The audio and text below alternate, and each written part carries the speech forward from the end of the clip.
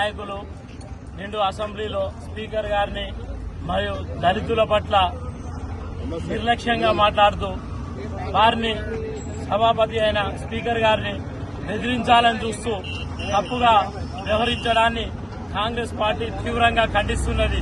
ఎందుకంటే ఇటువంటి గుండాయిజాన్ని కాంగ్రెస్ పార్టీ ఎప్పుడూ సహించదు. కాంగ్రెస్ పార్టీ ఎప్పుడూ ఒక పద్ధతి కలిగి ఒక క్రమశిక్షణ కలిగిన పార్టీ. కాబట్టి మేము ఒకటే హెచ్చరిస్తున్నాం, క్రమశిక్షణ కలిగిన నాయకులు ఎవరైనా సరే అసెంబ్లీకి పోవాలి. గుండాలు వీధి గుండాలు పోతే ఇలాగే ఉంటది.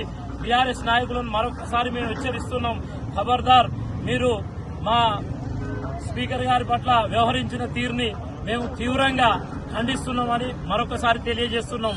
నిన్న బీఆర్ఎస్ పార్టీ జిల్లా అధ్యక్షులు నిన్న ఒక ప్రెస్ మీట్ పెట్టారు ములుగు జిల్లాలో. సీతక్క గారు ఏం చేశారని